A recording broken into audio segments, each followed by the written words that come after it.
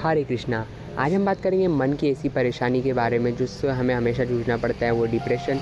और ये होता है हमारे अकेले रहने की वजह से, या फिर अपने दोस्तों से बिछड़ जाने की वजह से, अपने एग्ज़ाम के डर से या रिज़ल्ट आने के डर से, और अपने पेरेंट्स को खो देने के डर से, और बहुत सारे डर हैं जो होते हैं जो हम लाइफ में गलतियाँ करते हैं उसकी वजह से। तो सबसे पहले इसको जो चीज़ हील कर सकती है वो हमारा नेचर, यानी प्रकृति जो हमारी माता है वो बहुत ज़्यादा क्षमता रखती है हमें हील करने की, क्योंकि उसमें ऐसे ऐसे इंसिडेंट होते हैं जो कि हमें बताते हैं कि सफ़रिंग इम्पोर्टेंट है कुछ नई चीज़ का निर्माण करने के लिए।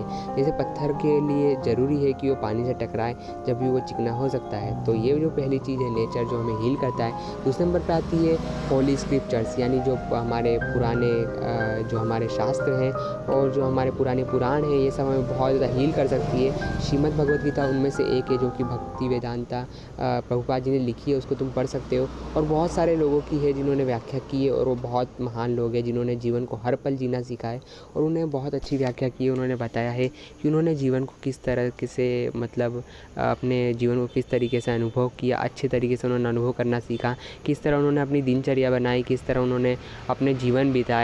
तो इन्होंने बहुत अच्छी व्याख्या की है और किस तरह उन्होंने सफलता पाई।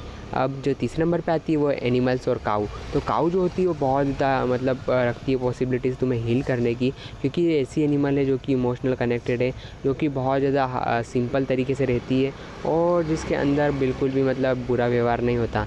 पर और ये तुम्हें जीने, अगर तुम इसे खाना खिलाते हो या फिर किसी दूसरे एनिमल को खाना खिलाओगे तो तुम्हें बिल्कुल एक अच्छा वाला फ़ील देने वाला है। अब चौथे नंबर पे आता है योगा और मेडिटेशन। वैसे योगा बहुत ज़्यादा ज़रूरी है। अगर तुम्हारे पास थोड़ा बहुत 10-20 मिनट का टाइम बचता है तो तुम योगा, मेडिटेशन और एक्सरसाइज कर सकते हो।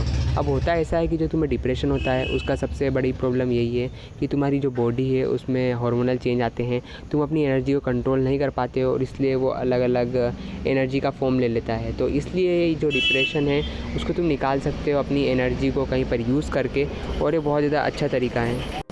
और अगर तुम ये करते हो तो तुम्हें बहुत सारे लोगों से यूनिटी बनाने में और उनसे यूनाइट होने में मदद करेगा, यानी तुम एक यूनियन बन जाओगे, उनसे कनेक्ट हो जाओगे। पाँचवें नंबर पे आता है गुरु, जो कि बहुत ज़्यादा इंपॉर्टेंट है। पाँचवें नंबर नहीं, तुम इन्हें पहला नंबर भी कह सकते हो।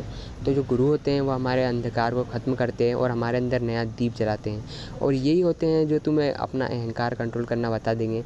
यानी हो सकता है अगर तुम इनसे पहली बार मिलो तो तुम्हें बहुत ज़्यादा घमंड हो जाए, या फिर तुम्हारी बहुत सारी घमंड की चीज़ें अपने आप बाहर निकलती जाए, तो तुम्हें बहुत ज़्यादा कंट्रोल करना होगा। क्योंकि जब एक अच्छा गुरु मिलता है तो तुम्हारी बहुत सारी चीज़ें जो अंदर चल रही होती है उसको ख़त्म करना चाहता है, और तुम्हारे मन को बिल्कुल शांत कर देता है और तुम्हें अपने लक्ष्य तक पहुंचा देता है।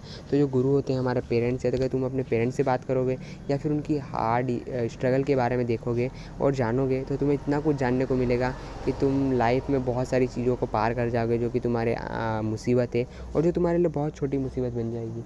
तो दोस्तों यही थी कुछ बात है जिसकी वजह से डिप्रेशन हमें होता है और हम बहुत ज़्यादा परेशान होते हैं। तो जो पेरेंट्स होते हैं, अगर तुम उनसे बात करते हो, दोस्तों के साथ रहते हो और ऐसे तो, और अगर तुम खुश रहोगे और अपने दोस्तों से ऐसी बात करोगे जो लाइफ में तुम्हें उठाए और लाइफ का असली मतलब बताए, लोगों को दूसरे को खुश करने के लिए अगर तुम काम करना सीख जाओ, तो फिर तुम्हारा डिप्रेशन आराम से दूर हो जाएगा और तुम्हारा जो अहंकार है वो भी कम हो जाएगा। Thanks for watching.